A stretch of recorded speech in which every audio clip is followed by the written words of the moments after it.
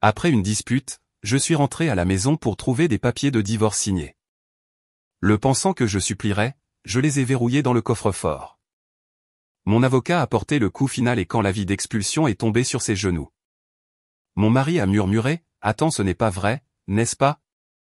Bonjour, je m'appelle Isabelle. » C'était un de ces dimanches où le soleil frappait juste comme il fallait à travers la fenêtre de la cuisine, réchauffant les plans de travail que j'avais essuyés des heures auparavant.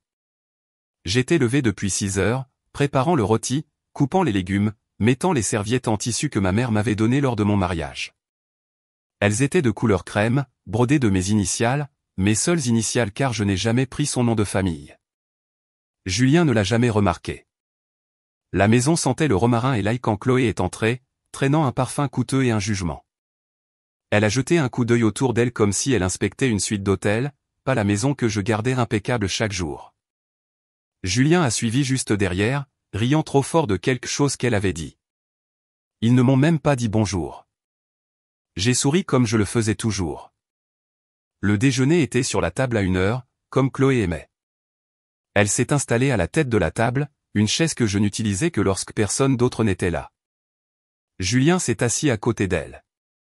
J'ai versé du thé glacé, rempli des assiettes, veillé à ce que le beurre soit mou mais pas fondu.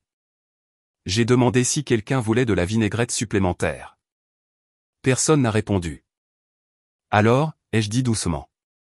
Je pensais qu'on pourrait peut-être faire un petit voyage le week-end au bord du lac d'Annecy. Silence. Chloé s'est essuyé la bouche avec une serviette, s'est tournée vers Julien et a dit, « Tu sais, un week-end au lac serait bien. » J'ai entendu dire que les chalets près des gorges du Verdon sont magnifiques à cette période de l'année. Julien s'est illuminé. C'est une excellente idée, maman.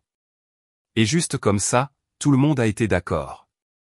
Mes mots avaient disparu de la pièce comme s'ils n'avaient jamais été prononcés. J'ai ri avec eux, un petit son doux qui a à peine franchi mes lèvres. Mais à l'intérieur, j'avais l'impression de me dissoudre. Ce n'était pas la première fois. Il y a quelques mois, l'Église a publié sa liste annuelle de donateurs. J'ai regardé le panneau d'affichage après le service du dimanche à la recherche de nos noms. Julien Dubois était listé juste en dessous du niveau or, juste en dessous de ses parents. Aucune mention de moi. C'était moi qui avais écrit le chèque. C'était moi qui avais fait un don à la mémoire de mon père, mais personne ne l'avait demandé. De retour à la maison, après avoir débarrassé les assiettes, Chloé n'a pas levé le petit doigt. Je me tenais près de l'entrée du salon pendant que Julien et sa mère admiraient le canapé. Il était beige avec des coussins profonds, le genre de choses que l'on voit dans un catalogue. Je l'ai choisi. Je l'ai payé. C'était mon cadeau pour nous après le mariage, en utilisant l'argent que ma tante m'avait donné en guise de cadeau de mariage. Chloé a passé sa main sur la coudoir. J'ai toujours su que ce style fonctionnerait dans cette maison, a-t-elle dit. Content que tu m'aies écouté, Julien. Il a ri. Oui, maman a très bon goût. Tout ce salon lui ressemble. Mon souffle s'est coupé. Je n'avais pas épousé un homme. J'avais épousé un monument à sa mère. Pour tous les autres, j'avais le mari parfait. Il aide à la maison, disait-il. C'est un gars tellement gentil. Il ne voyait pas la vaisselle que je lavais, le linge que je pliais, les factures que je payais. Julien n'avait pas cuisiné depuis notre anniversaire. C'était il y a 1 an. Et Chloé, elle appelait son aide parce qu'elle apportait du pain aux bananes et réorganisait mes placards de cuisine. Elle disait qu'elle optimisait le flux. J'avais passé des mois à le mettre exactement comme je l'aimais. Je n'ai rien dit. Et cette nuit-là, après leur départ, je me suis assise à la table de la cuisine, fixant mes mains. Je n'étais pas sûr quand elles avaient commencé à trembler. J'ai frotté mon pouce sur ma paume comme si j'essayais de lisser quelque chose d'invisible. Ma famille m'avait toujours dit que j'étais sensible. Étant la plus jeune, on vous dit de faire des compromis, de maintenir la paix. Que la fierté coûte cher, mais que le silence est bon marché. J'entendais encore la voix de ma mère. La paix vaut plus que la fierté. Mais si les deux étaient morts maintenant? Si je suffoquais de paix? Je me suis levé pour ranger la vaisselle, me déplaçant lentement dans la cuisine comme si mes os étaient lourds. Julien était à l'étage à regarder le sport. Il n'avait pas dit un mot depuis le départ de sa mère. J'ai passé l'escalier, je suis allé directement dans notre chambre. La photo de mariage était toujours accrochée au-dessus de notre lit. Mon sourire sur la photo semblait faux maintenant. Trop blanc, trop large. J'ai ouvert le tiroir de ma table de nuit pour attraper un pull. Il faisait froid dans la chambre, mais ma main a touché quelque chose de lisse, pas du tissu. C'était une enveloppe scellée, de couleur crème, sans timbre, sans adresse de retour. Je l'ai sortie et je me suis assise sur le bord du lit.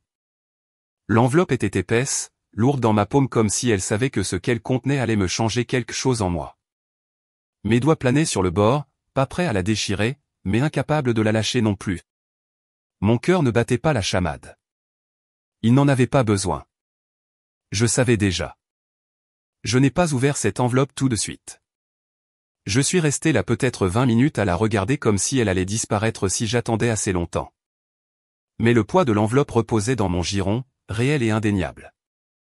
Finalement, j'ai fait glisser un doigt le long du seau et je l'ai ouverte.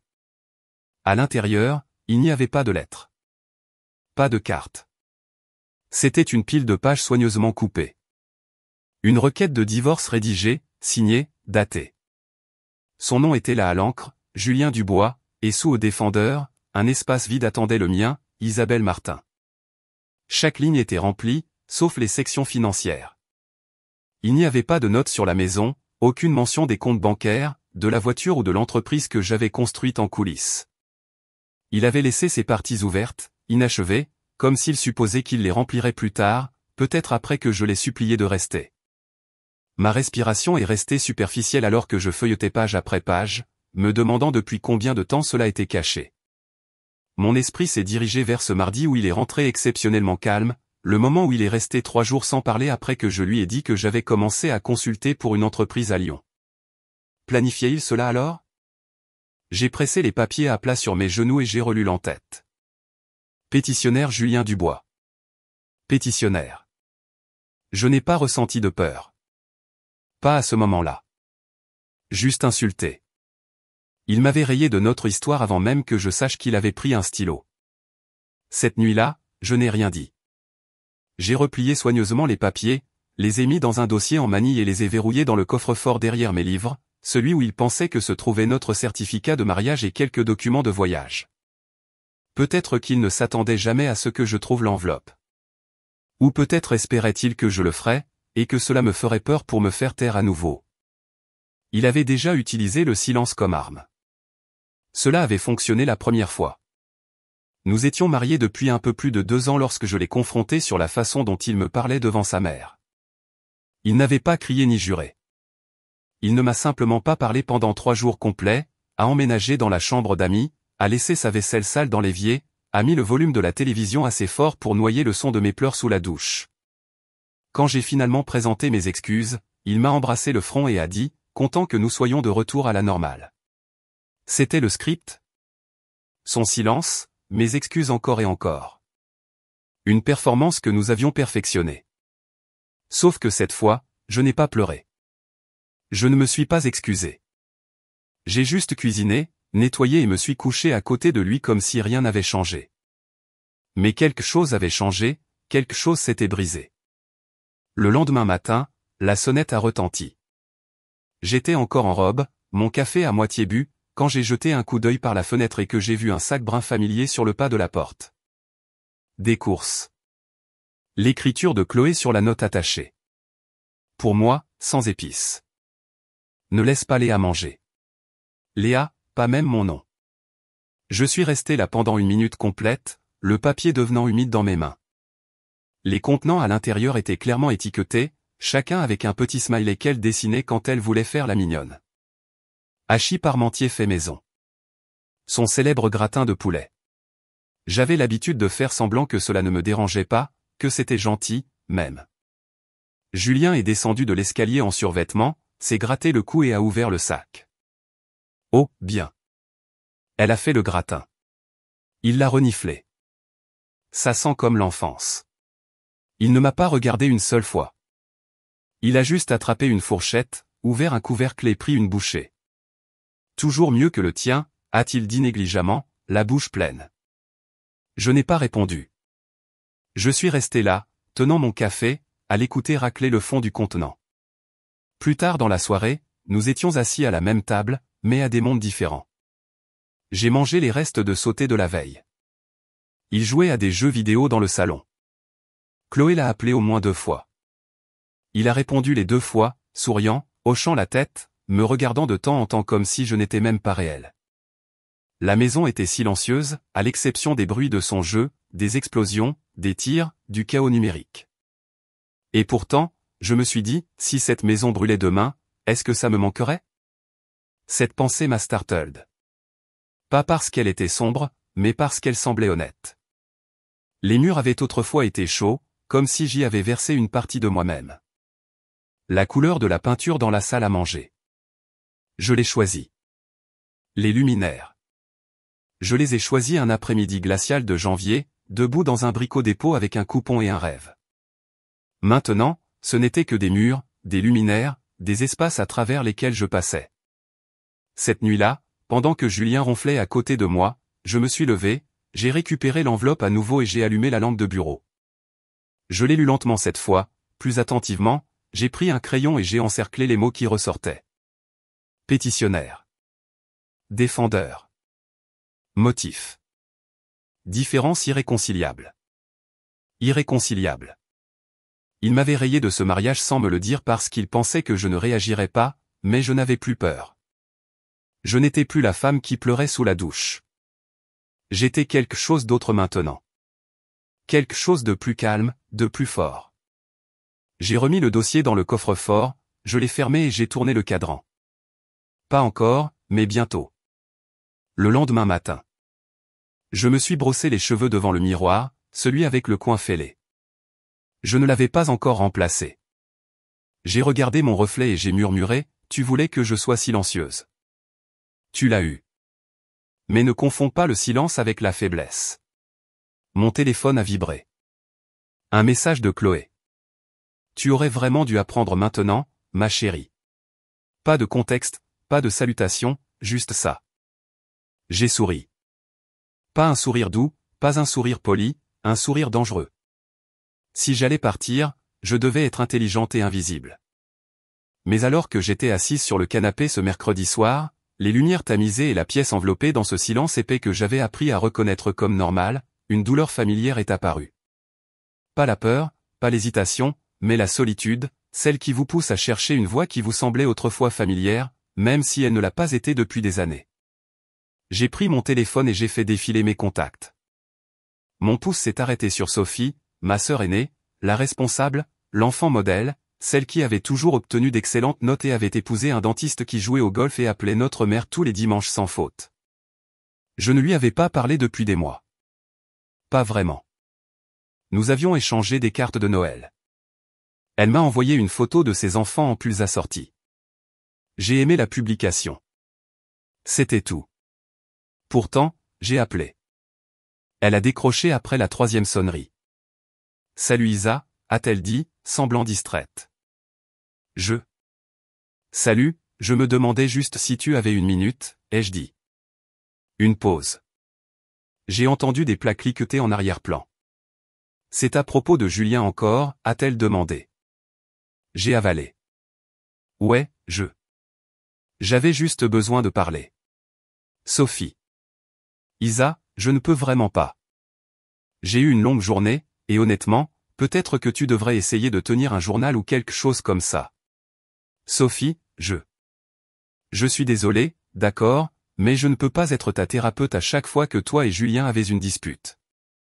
Tu l'as épousé. Tu as choisi ça. La ligne s'est coupée avant que je puisse répondre. Je suis restée assise là, fixant mon téléphone. L'écran brillait encore de son nom. Mes mains ne tremblaient pas. Je n'ai pas pleuré, mais quelque chose s'est installé dans ma poitrine, dense et silencieux. Le genre de douleur qui ne crie pas. Elle est juste là comme un vieux manteau que vous avez oublié, et qui est lourd. Je me suis penché en arrière et j'ai fermé les yeux. Et juste comme ça, j'avais 10 ans, assise à la table du dîner à Colmar pendant que Sophie montrait son bulletin scolaire. Ma mère rayonnait d'elle, sa voix teintée de fierté. 4 mentions très bien et une mention bien en mathématiques. C'est ma fille. J'ai attrapé un petit pain.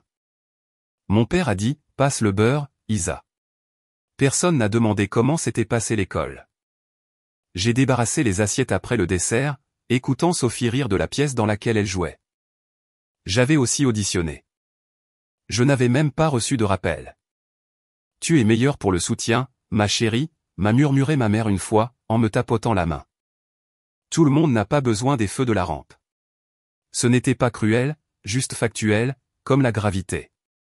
Même maintenant, quand je rendais visite à ma famille, c'était toujours moi qui m'agitais trop. La sœur émotionnelle, celle qui a juste besoin de laisser les choses aller. Je me suis levé et je suis allé à la cuisine, en allumant la lumière. L'ampoule bourdonnait. J'ai rempli la bouilloire et je l'ai mise à bouillir, puis j'ai sorti ma tasse préférée, celle avec le bord ébréché. Julien détestait cette tasse. Il disait qu'elle avait l'air trash. J'ai versé le thé, je me suis assise à la table et j'ai regardé la vapeur. Le siège en face de moi était vide. Il l'était depuis un moment. J'avais l'habitude de parler à personne. Mais ce soir, le silence avait des bords. J'ai déverrouillé mon téléphone à nouveau et j'ai tapé un message à ma mère. J'ai juste eu une journée difficile. Je voulais entendre ta voix. Mon doigt a plané sur envoyer. Je l'ai regardé, puis j'ai tapé sur backspace jusqu'à ce que l'écran soit vide. Elle ne comprendrait pas. Elle n'avait jamais compris. Son dernier message vocal vivait toujours dans ma boîte de réception. Je l'ai joué. Ta sœur a un mariage qui fonctionne parce qu'elle laisse les choses aller. Ne sois pas si intense, ma chérie. Essaie de profiter de la vie que tu as. Profite de la vie que j'ai. Julien ne m'avait pas parlé de manière significative depuis des semaines. Il vivait dans la même maison, mais occupait une orbite séparée. Il me laissait des désordres à nettoyer, répondait aux questions par des haussements d'épaules et communiquait plus avec Chloé qu'avec moi. Et ma mère pensait que je devrais être reconnaissante. C'était le script sur lequel j'avais été élevé. Garde les choses pacifiques. Ne fais pas de bruit. Souris même quand tu suffoques. J'ai posé le téléphone et j'ai pris un stylo. J'ai ouvert le carnet que je gardais dans le tiroir, celui que j'utilisais habituellement pour les listes de courses et les recettes. Cette fois, j'ai ouvert une page blanche et j'ai commencé à écrire. Je n'attends pas de secours, pas de cavalerie. Je suis la mienne.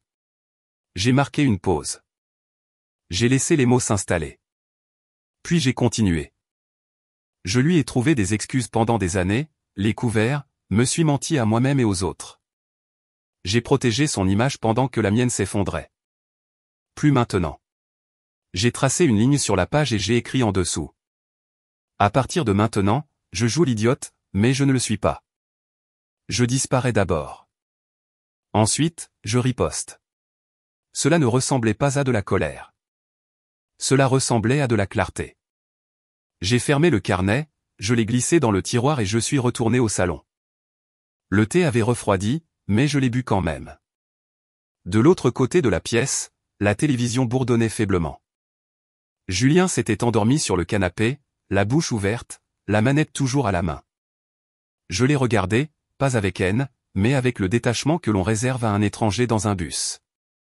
Puis je suis retourné dans la chambre, j'ai ouvert le petit classeur du placard et j'ai sorti un papier plié. Les bords étaient usés à force d'être ouverts et refermés trop souvent. En haut, de mon écriture, les mots « personnes qui ne seront pas informées ». J'ai pris le stylo, j'ai tracé une ligne sur le nom le plus ancien de Julien. Julien n'était pas seulement un mauvais mari. C'était un homme se préparant à la guerre sans me le dire. Cette réalisation ne m'a pas frappé au visage. Elle s'est infiltrée lentement, comme l'eau sous une porte verrouillée. Calme, constante. 2 nuits plus tard, je dépoussiérais les plaintes de notre chambre, ce que je faisais habituellement le samedi, mais c'était seulement jeudi. Je n'essayais pas de nettoyer. J'essayais de ne pas penser. C'est là que j'ai soulevé le couvre-lit et que je l'ai vu. Une petite boîte à chaussures cabossée que je ne reconnaissais pas. Elle n'avait pas l'air terrible. Pas d'étiquette, pas de serrure, juste un vieux couvercle maintenu par un élastique qui avait vu des jours meilleurs. Je l'ai sorti doucement, en faisant attention de ne pas déranger le sommier, je me suis assise en tailleur sur la moquette, j'ai pris une respiration avant de soulever le couvercle. À l'intérieur, il y avait un dossier en manille étiqueté plan B. Mon sang s'est glacé. Mon nom n'était même pas encore dans le dossier, mais je savais. Je l'ai ouvert. À l'intérieur se trouvaient des documents finalisés. La signature de Julien en bas, datée d'il y a 5 mois. 5 mois. Ce serait à peu près au moment où j'ai reçu cette offre de consulting à Lyon. Il avait tout rempli. Son nom était à l'encre, les papiers notariés. Mais le mien, ma ligne de signature était laissée en blanc, comme une invitation. Glissée derrière les formulaires, il y avait une liste de contrôle manuscrite, une vraie sur du papier ligné. Son écriture, épaisse, rapide. Déménager. Prendre le camion. Appeler maman. Transférer l'épargne. Urgence uniquement. Louer un appartement temporaire. La laisser se calmer. Elle reviendra. Il avait toute une stratégie de secours pour notre mariage. Ce n'était pas juste une trahison. C'était de la logistique. Et la logistique signifiait l'intention. Je suis resté assise là pendant plusieurs minutes à regarder cette liste. Mes genoux me faisaient mal d'être à genoux, mais je ne bougeais pas.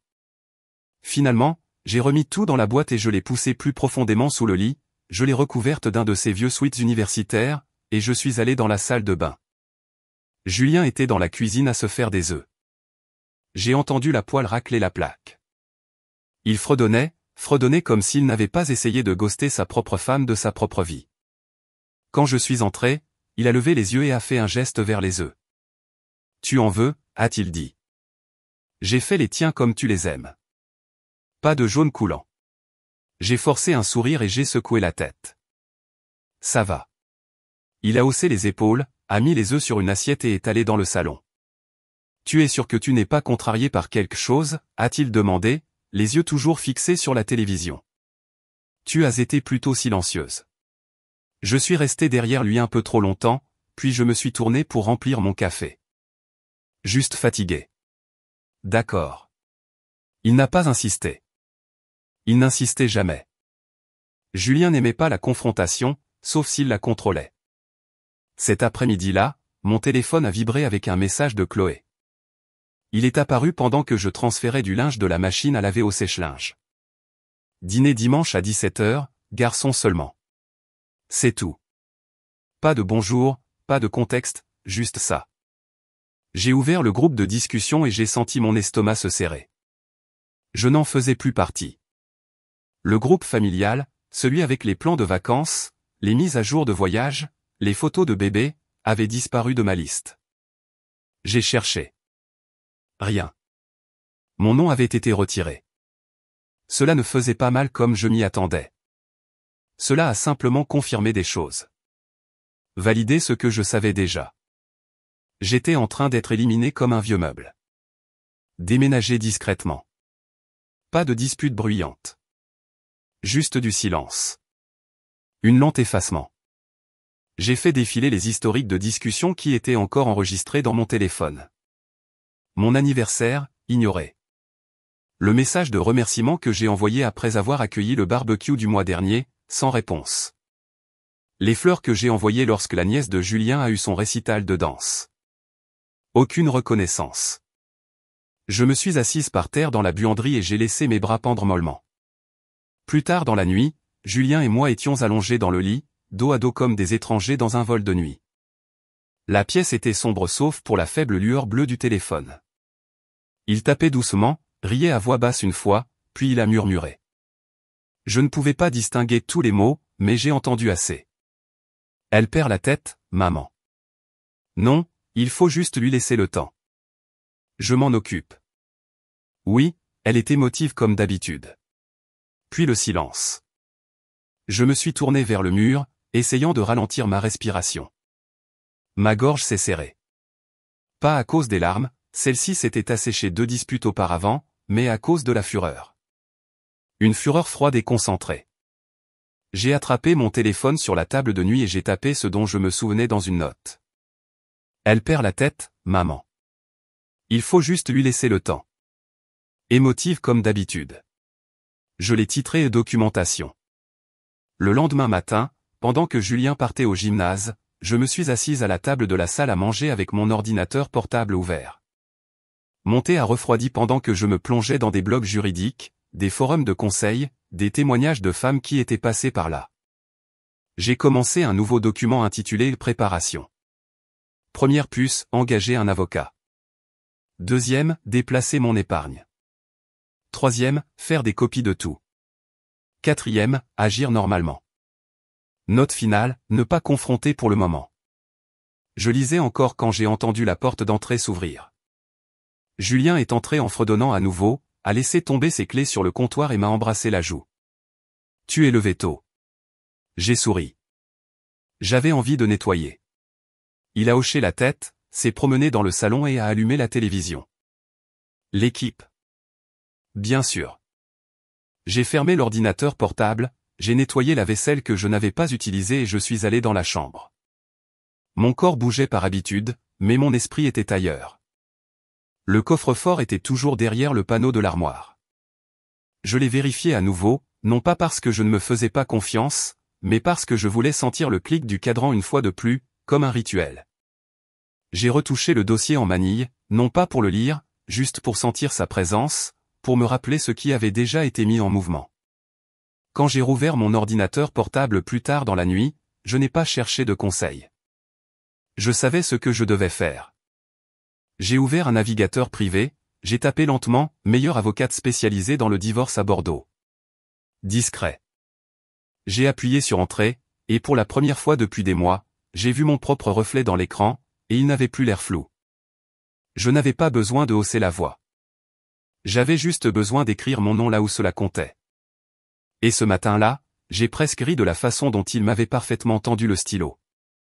Le samedi a commencé comme un autre jour dans notre maison. Julien sifflait dans la cuisine, une mélodie que je ne reconnaissais pas. Quelque chose d'entraînant, probablement d'une publicité de voiture. Il cuisinait rarement, mais aujourd'hui, il jouait son rôle. Œufs sur la plaque, bacon qui grésille, une deuxième tasse de café déjà mise sur la table avant même que j'entre. « Tu es levé tôt », a-t-il dit, en souriant. « Des projets aujourd'hui. » Je me suis assise lentement, en parcourant la table du regard. Il avait même mis une serviette en tissu et l'avait pliée en triangle comme si nous étions dans un dîner qui prétendait être chic. C'était presque charmant. Presque. Pas de projet, ai-je répondu. Juste rattraper les courses. Il a hoché la tête, m'a glissé une assiette et s'est assis en face de la table. Bien. J'ai fait tes œufs fermes, pas coulants. J'ai pris une gorgée de café. Il avait exactement le goût de la façon dont je le faisais chaque matin. Il devait juste l'avoir versé. Puis, sans avertissement, il a attrapé un tiroir derrière lui, en a sorti une enveloppe mince et l'a posée à côté de ma fourchette. Pas de pression, a-t-il dit d'une voix légère qu'il utilisait quand il voulait être enjoué, mais sans pouvoir cacher le sous-entendu. Juste au cas où. J'ai regardé l'enveloppe. Elle était nette, scellée, sans trace sur le rabat, sans pli au coin. Ce qu'il y avait à l'intérieur avait été manipulé avec soin, délibérément. Je ne l'ai pas ouverte. Au lieu de cela, je l'ai regardée et j'ai dit « merci ». Il a cligné des yeux, un peu décontenancé par mon manque de réaction, mais il a couvert cela d'un rire. Tu vois, je savais que tu comprendrais. J'aime juste être préparé, c'est tout. Préparé. L'homme qui ne pouvait pas mettre de réveil à l'heure, qui avait besoin de rappel pour payer la facture d'électricité, qui ne savait pas où nous gardions les dossiers fiscaux, était suffisamment préparé pour avoir rédigé, signé et offert des papiers de divorce comme un cadeau de fête. J'ai pris l'enveloppe, l'ai mise dans mon sac à main à côté de mes clés, je l'ai fermée, et j'ai pris une autre bouchée de pain grillé. Je regarderai plus tard, ai-je dit, sans le regarder dans les yeux. Il s'est penché en arrière sur sa chaise, a croisé les bras derrière la tête comme s'il avait gagné quelque chose. Pas de hâte. Tu ne vas nulle part. C'est ce qu'il pensait. Nous avons continué le petit déjeuner comme deux acteurs dans une scène dont aucun de nous ne croyait. Il a commenté la météo. J'ai hoché la tête. Il a ri d'un mème sur son téléphone. J'ai souri poliment. Quand j'ai débarrassé la table, il m'a remercié, et quand j'ai tourné le dos, je savais qu'il regardait, attendant une fissure, mais je ne lui ai rien donné. Ce soir-là, je me tenais à l'évier de la cuisine à rincer la vaisselle pendant qu'il regardait la télévision. Les mêmes bruits, les mêmes chaînes, la même empreinte sur le coussin du canapé où il était toujours assis. J'ai séché mes mains, je suis allé dans le salon et je me suis tenu tranquillement jusqu'à ce qu'il lève les yeux. « Julien » ai-je dit, en gardant mon ton calme. « Si tu soumets jamais réellement ces papiers, assure-toi d'être prêt pour ce qui vient avec. » Il avait l'air amusé, pas menacé. « Quoi ? Tu vas prendre le canapé ? » Je n'ai pas cligné des yeux. « Assure-toi simplement de comprendre ce que tu offres avant de le donner. » Il a ri, secouant la tête comme si j'étais une enfant qui jouait à faire semblant. « Tu ne feras rien. Tu aimes la vie que je te laisse avoir. » « Me laisser avoir, ai-je dit. J'ai hoché la tête lentement et je me suis éloigné, sans dire un mot de plus. Je n'avais pas besoin de me disputer. Il pensait qu'il tenait la laisse. Il n'avait pas remarqué que je l'avais déjà détaché.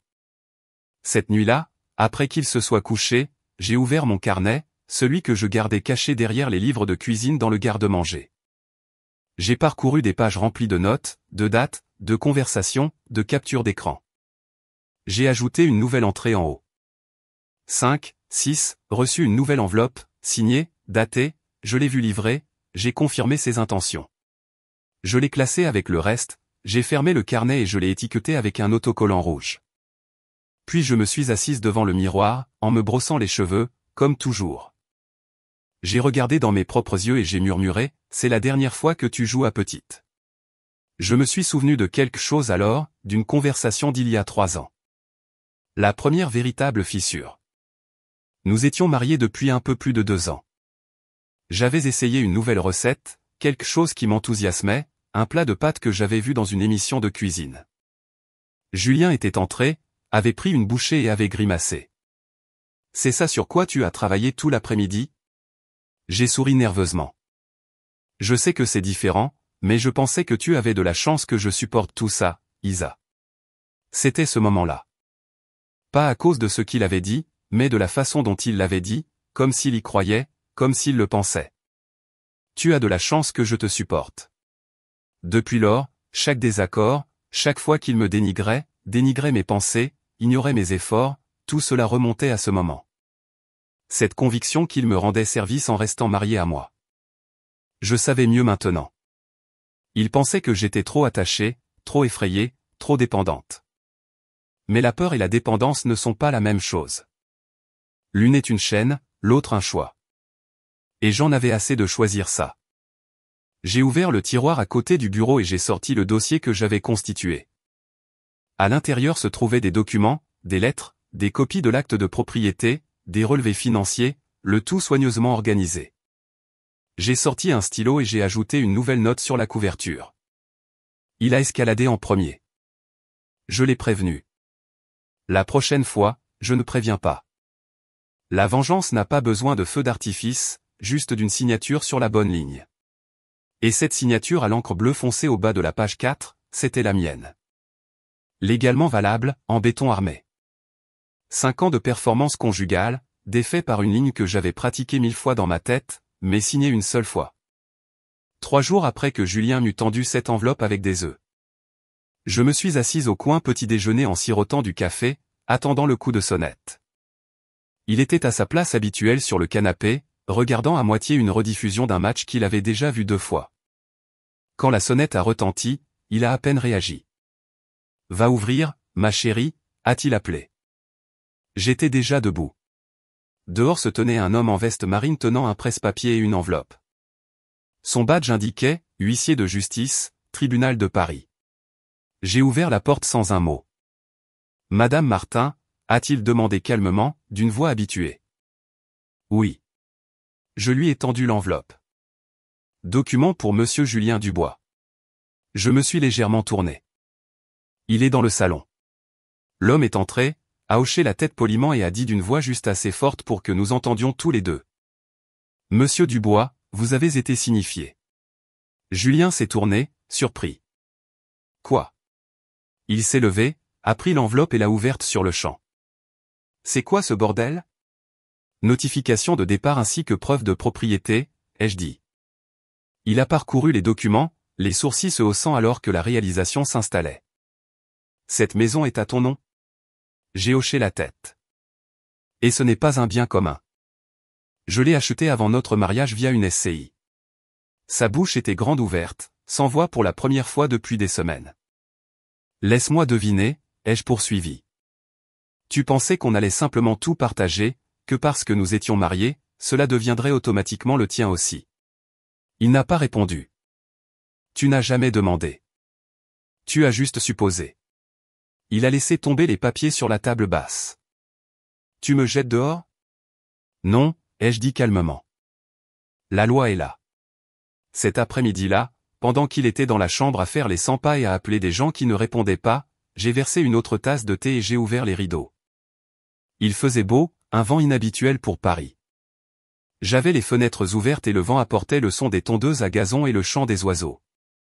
Et pendant un moment, je l'ai laissé m'envahir comme une musique de fond pour une vie que je n'avais pas encore vécue. Vers 15 heures, Chloé est arrivée. Je n'ai même pas entendu sa voiture se garer, juste le bruit de la porte d'entrée qui claquait et la voix indubitable de quelqu'un qui a l'habitude de se faire entendre. « Tu as perdu la tête » a-t-elle hurlé, ses talons claquant sur le carrelage alors qu'elle entrait en trombe. Je suis resté assise à l'îlot de la cuisine, calme, prête. « C'est notre maison de famille » a-t-elle aboyé. « Tu penses que tu peux juste effacer l'histoire avec un document ?» J'ai soutenu son regard calmement. « Ce n'est pas de l'histoire. C'est de la propriété, et c'est à moi. Julien a grandi ici. Non, ai-je corrigé. Julien a vécu ici après que je l'ai acheté avant notre mariage. Il n'a pas mis un sou. J'ai géré la compte, le prêt, les impôts, tout. La maison était dans une SCI sous mon nom avant même qu'il n'emménage.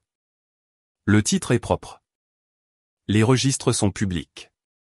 Chloé a plissé les yeux. Tu penses vraiment que ça te fera bien voir au tribunal? Je ne suis pas là pour le tribunal. Je suis là pour la vérité, a-t-elle ricané. Tu vas ruiner ton propre mari? Non, ai-je répondu, me levant lentement. Il s'est ruiné lui-même. Je me contente de le constater. Elle a rouvert la bouche, mais je ne lui ai pas laissé le temps. Vous avez tous les deux 72 heures pour partir. Le serveur a été clair. Vous pouvez crier autant que vous voulez, mais à moins que vous ne vouliez une policière à votre porte, je suggère que vous utilisiez ce temps judicieusement. Elle est restée là, tremblant de fureur, mais sans bouger. Je savais que tu étais ingrate, a-t-elle sifflé. Toutes ces années, j'ai essayé de t'accueillir, et c'est comme ça que tu nous remercies. Tu as essayé de me contrôler, ai-je dit doucement. Il y a une différence. Elle n'a plus parlé. Elle s'est retournée et est sortie, claquant la porte plus fort que nécessaire. Julien n'est sorti de la chambre qu'au dîner. Il ne m'a pas parlé, s'est juste tenu dans le couloir tenant l'avis d'expulsion, le relisant comme s'il s'attendait à ce que les mots changent. Je n'ai rien dit. Qu'y avait-il à dire? Plus tard dans la nuit, je me suis assise sur la véranda arrière avec une tasse de thé, de la même manière qu'il y a 4 ans. Je me souvenais clairement de cette nuit. Les lucioles clignotaient contre les haies. L'air sentait l'herbe coupée et le chèvrefeuille. Julien m'avait apporté une couverture et m'avait embrassé le sommet de la tête. C'était calme et à ce moment-là, j'ai pensé que je pourrais l'aimer pour toujours. C'était la dernière fois que cette maison me semblait mienne. Tout ce qui suivait avait été une performance, un mariage construit sur des prétextes, des excuses et des bleus invisibles. Maintenant, ce n'était qu'une structure. J'avais déjà déménagé émotionnellement il y a des années. Le dimanche matin, les déménageurs sont arrivés selon le protocole. Je suis resté à l'étage pendant qu'ils travaillaient. La maison s'est remplie du bruit des cartons scotchés, des tiroirs vidés, et de la voix dramatique de Chloé résonnant depuis le couloir. À midi, je me suis tenu près de la fenêtre et j'ai regardé dehors. 2 sacs de sport étaient assis sur la pelouse côte à côte. Les seules choses que Julien et Chloé pouvaient emporter qui n'étaient pas contestées. Ils se tenaient près du trottoir, téléphone en main, criant après quelqu'un, probablement son avocat s'il en avait un.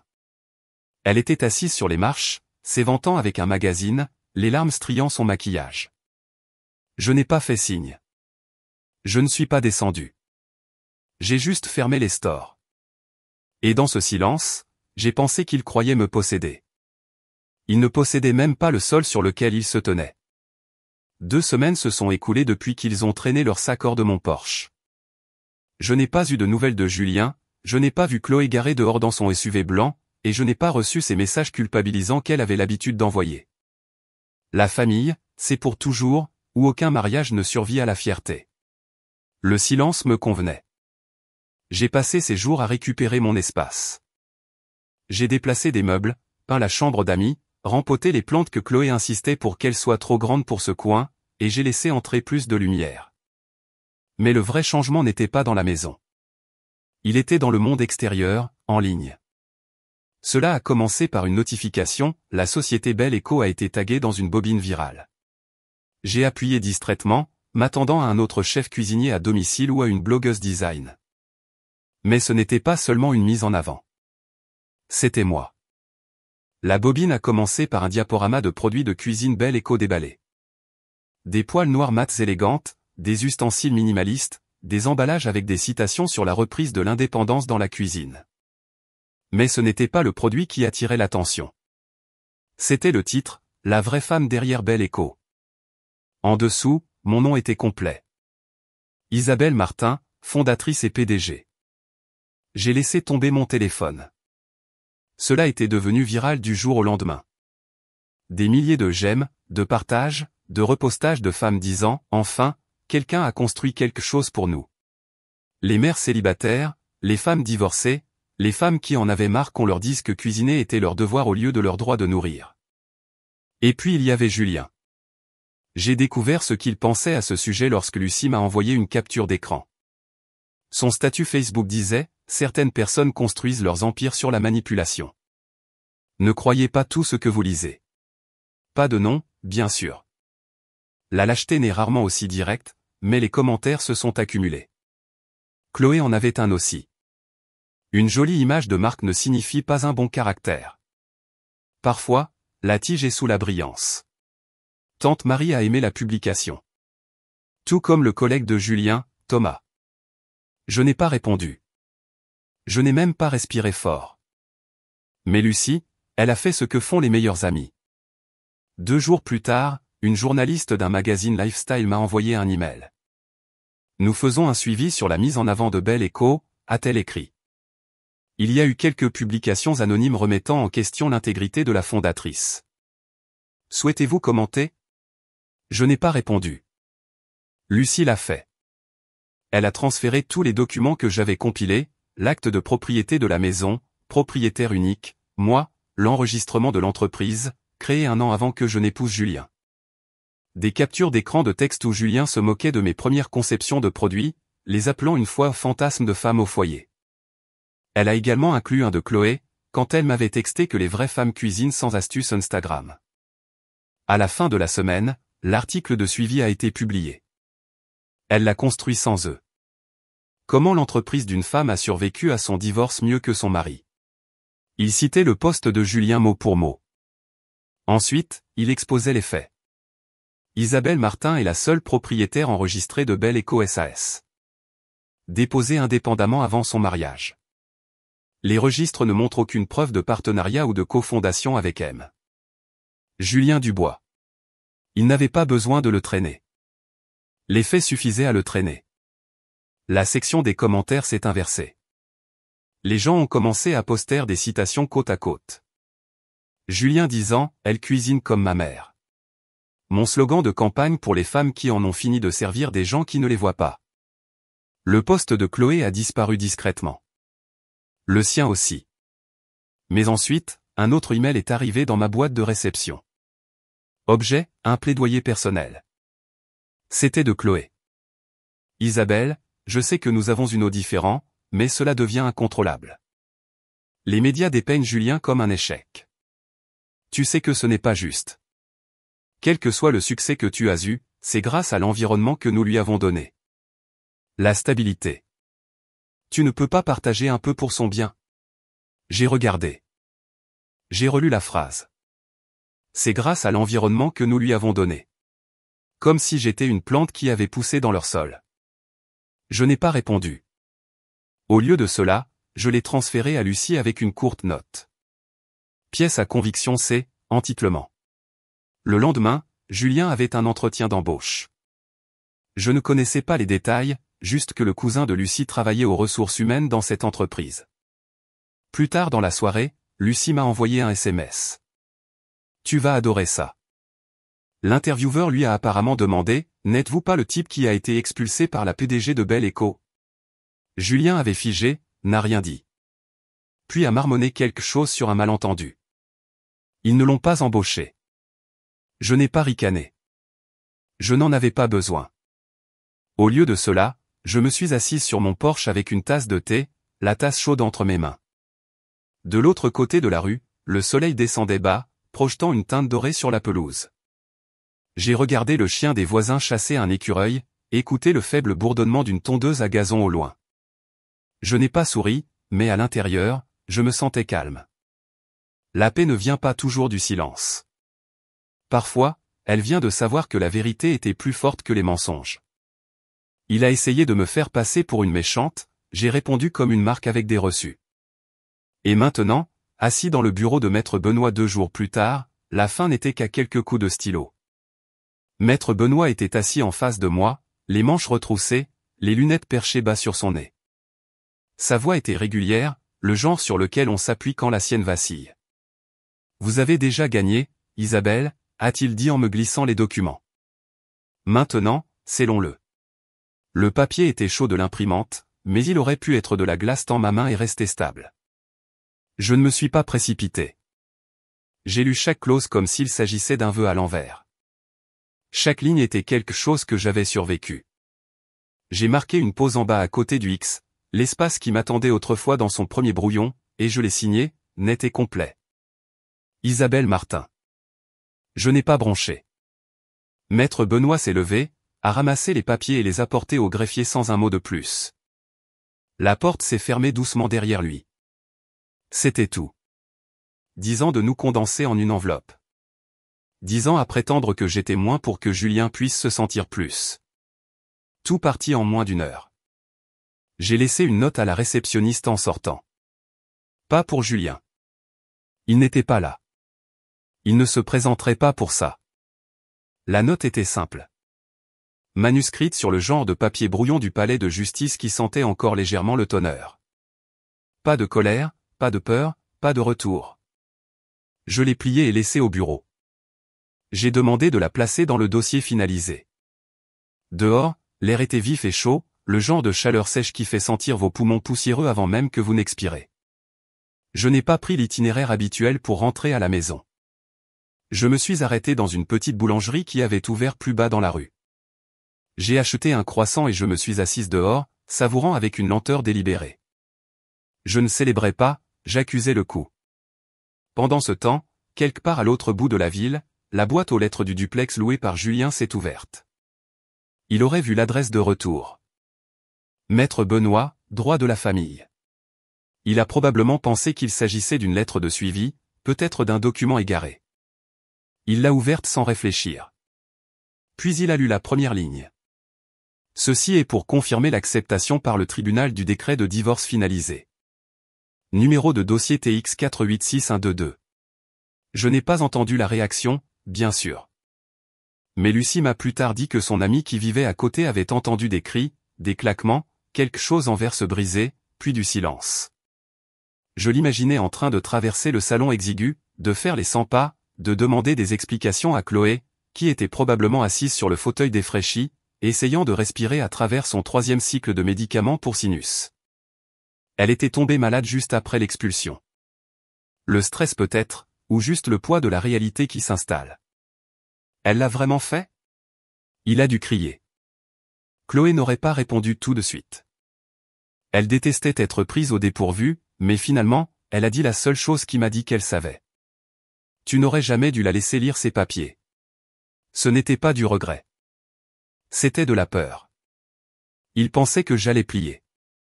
Au lieu de cela, j'ai déposé. Quelques jours plus tard, Julien se tenait au milieu de son appartement loué, peignant près des plaintes. La machine à café que Chloé avait insisté pour qu'il garde était maintenant cassée sur le comptoir. L'espace sentait la vieille pizza et le temps emprunté.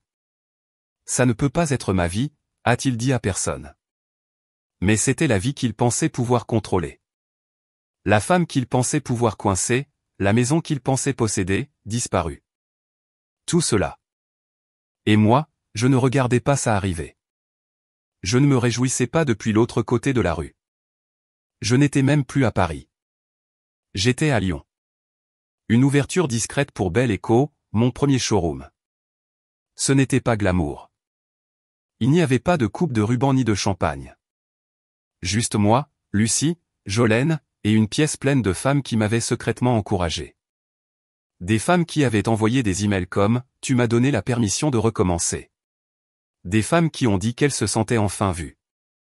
Il n'y avait pas de discours, pas de lumière vive, seulement des étagères garnies de produits que j'avais conçus en pensant aux femmes comme moi. Des poils qui ne nécessitaient pas de force dans les avant-bras pour être soulevés. Des cuillères à mesurer gravées avec des tailles de police réelles que l'on pouvait voir sans plisser les yeux. J'ai versé un verre d'eau pétillante et je l'ai levé doucement. À vivre sans craindre d'être effacé, ai-je dit.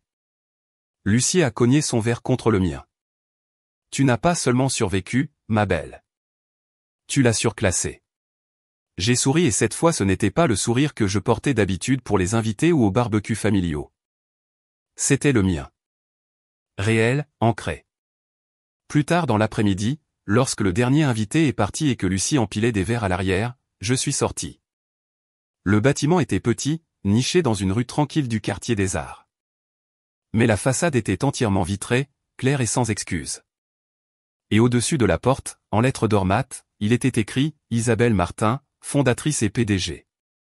Je me suis approché, j'ai posé ma paume doucement sur la vitre juste en dessous de mon nom, et j'ai fermé les yeux. Ce n'était pas une renaissance. C'était un retour. Il m'a tendu des papiers de divorce, pensant que je supplierais. Il a oublié qui il avait épousé. Il a essayé de me briser en silence, mais j'ai mis fin à notre histoire de manière permanente. Cela fait un peu plus d'un mois que j'ai signé la dernière page. Depuis que j'ai quitté le palais de justice et que j'ai laissé derrière moi non seulement un chapitre, mais toute une histoire qui n'était plus à moi de porter. Pas de presse, pas de témoins, personne pour regarder la fin, juste moi. Et c'était suffisant. Depuis lors, j'ai emballé ce qui était à moi. Pas seulement des biens, mais des parties de moi-même. Les petits morceaux éparpillés que j'avais tués ou rangés pour que quelqu'un d'autre puisse briller plus fort dans la pièce. J'ai emballé les compromis, scotché les parties où j'avais cédé trop souvent, et j'ai entamé une vie où chaque coin reflète mon souffle, mon rythme, mon nom. La liberté est une forme de révolution tranquille. Certains matins, elle me surprend encore, me réveillant au doux filtre du soleil à travers mes rideaux fins. Le silence qui n'est ni tendu ni incertain, mais réconfortant, réel, comme prendre une respiration après l'avoir tenu trop longtemps sous l'eau. Ce matin a commencé comme la plupart des autres. Café préparé dans la cuisine. Mon appartement calme. L'air portait l'odeur de cardamome grillé de la boulangerie en bas. Je me suis assise à mon bureau en faisant défiler les brouillons de campagne et en esquissant de nouvelles idées quand mon téléphone a vibré. Un texto de Julien. Le nom a illuminé l'écran comme un fantôme qui n'avait pas encore réalisé qu'il était mort. Je n'avais pas eu de ses nouvelles depuis que nous avions signé les papiers finaux. Pas d'appel de clôture, pas d'excuses maladroites, juste une absence. Le message était long, trop long pour quelqu'un qui avait autrefois affirmé que je le faisais me sentir étouffé par toutes ces conversations. Tu étais plus forte que je ne le pensais. Tu as gagné. Félicitations. J'ai regardé ça pendant un moment. Mon pouce a plané sur la bulle de réponse, mais il n'y avait pas de nœud dans ma poitrine. Pas de colère remontant à la surface. Pas de chagrin attendant de se frayer un chemin. Juste de la clarté. J'ai tapé, tu ne m'as jamais vraiment connu. C'est pour ça que tu m'as perdu. Et puis j'ai supprimé la conversation. Non pas par méchanceté, pas pour être dramatique, mais parce que je n'en avais plus besoin. Elle ne servait à rien dans cette vie que j'avais construite de l'autre côté de lui. Plus tard dans l'après-midi, j'ai ouvert la petite boîte à bijoux en velours cachée au fond de mon placard. À l'intérieur, sous une paire de boucles d'oreilles rarement portées, se trouvait un morceau de papier jauni plié. Les bords étaient doux avec le temps, mais l'écriture n'avait pas pâli. La lettre de ma mère. Elle l'avait écrite l'été avant que je parte pour l'université. Je l'avais lue une fois, rangée, et oubliée pendant des années de fêtes, de disputes et de compromis désordonnés qui se déguisaient en amour. Je l'ai relu maintenant, ligne par ligne, comme si c'était la première fois. Ne te réduis jamais pour te conformer à l'idée d'amour de quelqu'un d'autre. Tu n'es pas trop. Tu es exactement suffisante. Je me suis assise sur le bord de mon lit et j'ai pleuré. Non pas parce que j'étais brisée, mais parce que je ne l'étais plus. Parce que quelque part sous tous les rôles que j'avais essayé de jouer, la femme à qui ma mère avait écrit était toujours là. Ce week-end-là, je suis allé à l'encadreur du coin. J'ai choisi un cadre en bois sombre avec une finition mate.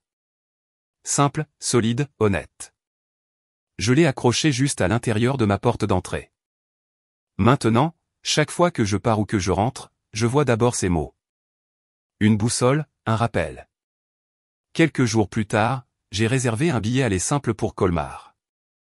Je n'ai pas fait de valise, juste un sac à bandoulière et assez de résolution tranquille pour me porter. Le trajet depuis Lille a été lent, régulier. J'ai passé des endroits qui n'avaient pas changé. Des stations-service avec des panneaux écaillés, l'ancien Dairy Queen avec le cul clignotant, l'église où j'avais autrefois prononcé un discours sur le pardon que je n'avais pas encore appris à croire.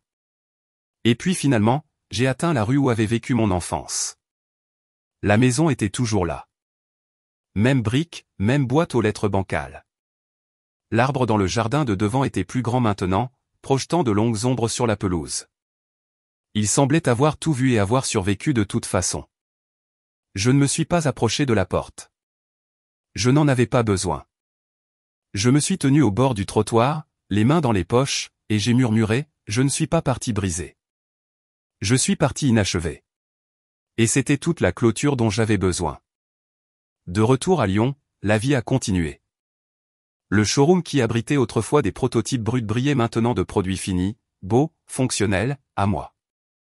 L'équipe que j'avais construite prospérait. Nous ne fonctionnions pas sur la peur ou la hiérarchie. Nous fonctionnions sur le respect. Je n'étais plus celle qui essayait de faire ses preuves dans chaque réunion. J'étais simplement celle qui avait tout construit à partir de rien, sans excuse. Les soirées étaient plus calmes maintenant. Pas de débat sur ce qu'il fallait manger. Pas de tension sur la télécommande. Juste le doux bourdonnement de la musique jouant pendant que je cuisinais un repas pour une personne, dansais pieds nus dans la cuisine, arrosais mes plantes. Mais même la paix porte des échos. Certaines nuits, je me retournais dans mon lit et je sentais le fantôme de son absence. Pas parce qu'il me manquait, mais parce que les habitudes persistent plus longtemps que l'amour. C'est alors que je tendais la main vers le cadre près de la porte. Je passais mes doigts sur son bord. Je murmurais, la guérison ne signifie pas oublier car elle ne le fait pas. Cela signifie bien vivre malgré le souvenir.